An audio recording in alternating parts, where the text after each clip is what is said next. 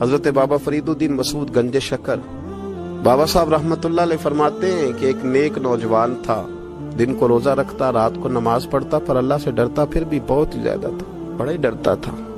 موت کا وقت آیا تو ماں ہی تھی بس اس کی، تو ماں سے کہنے لگا اماں میری ماں ہے، میرے ساتھ 3 وعدے تو کر۔ اس نے کہا پتر تو بتا، آخری ہجکی لے رہا ہے اور اس غریبنی ماں سے تو وعدہ لے رہا ہے، بتا کیا وعدہ۔ عرض کرنے لگا اماں جب میں مر جاؤں نا تو میرے گلے میں رسی ڈال کے تو مجھے گھمانا گھر کے صحن میں، اور لوگوں کو کہنا جو رب کی نافرمانی کرے اس کا یہی حال ہوتا ہے۔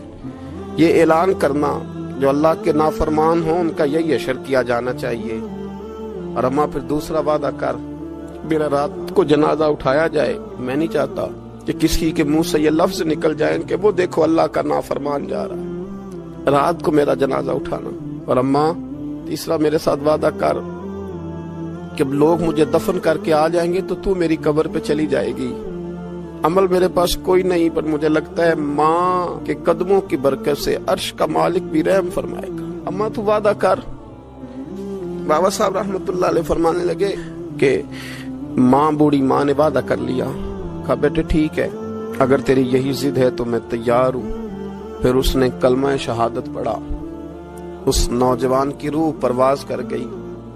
بوڑھی ماں نے رسی منگائی تو وَلِمَنْ خَافَ مَقَامَ رَبِّهِ جنتان، جو ڈر جائے، اس نے تو کہا تھا نا کہ رسی ڈال کے گھمانا اور کہنا یہ اللہ کا نافرمان ہے، اس کا یہی اشر ہونا چاہیے تھا۔ لیکن جب ماں گلے میں رسی ڈالنے لگی تو گھر کے ہر کونے سے آواز آنے لگی خبردار یہ رب کا دوست ہے، اللہ کے دوستوں کے ساتھ اس طرح کا معاملہ نہ کیا جائے، اسے چھوڑ دیا جائے۔ اور کہا تمہیں کچھ بھی اور کرنے کی ضرورت نہیں ہے، یہ تو رب کا دوست ہے اور رب کی بارگاہ میں حاضر ہو گیا۔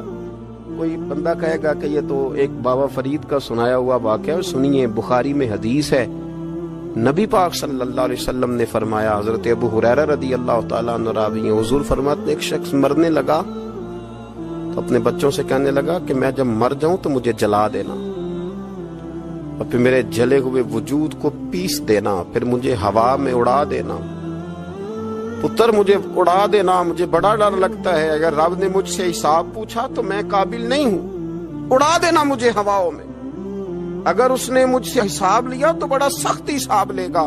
حضور فرماتے ہیں بخاری میں موجود ہے، اس کے بچوں نے اسی طرح کیا، اس کے مرنے کے بعد اسے جلایا، ہوا میں اڑا دیا۔ اللہ کے محبوب فرماتے ہیں رب کریم نے حکم دیا زمین کو کہ اس کے ذرات کو جمع کرو، زمین نے ذرے جمع کیے، خدا نے حکم دیا تو اس کا وجود پھر سے اسی شکل میں آیا۔ تو رب کریم نے فرمایا یہ جو تو نے وصیت کی تو کیوں کی؟ اللہ جانتا ہے کہ نہیں جانتا؟ یہ کی تو کیوں کی؟ تو وہ پڑا کہنے لگا اللہ میرے اندر تو طاقت نہیں تھی تیرے سامنے کھڑا ہو کے حساب دے سکوں، تجھے منانے کے لیے تیرے خوف سے ڈر گیا، میں ڈر گیا۔ اگرچہ ہمارے بزرگوں نے لکھا ہے کہ آج یہ وصیت کرنا اس رنگ میں، یہ طرز اختیار کرنا درست نہیں، لیکن آپ غور فرمائیے کہ نبی پاک علیہ السلام فرماتے ہیں جب اس نے کہا نا اللہ تجھ سے ڈر کے یہ کیا، تو رب کریم نے فرمایا جا پھر میں نے تیری مغفرت کر دی، کیونکہ اللہ کو پتا تھا یہ دل سے بات کر رہا ہے۔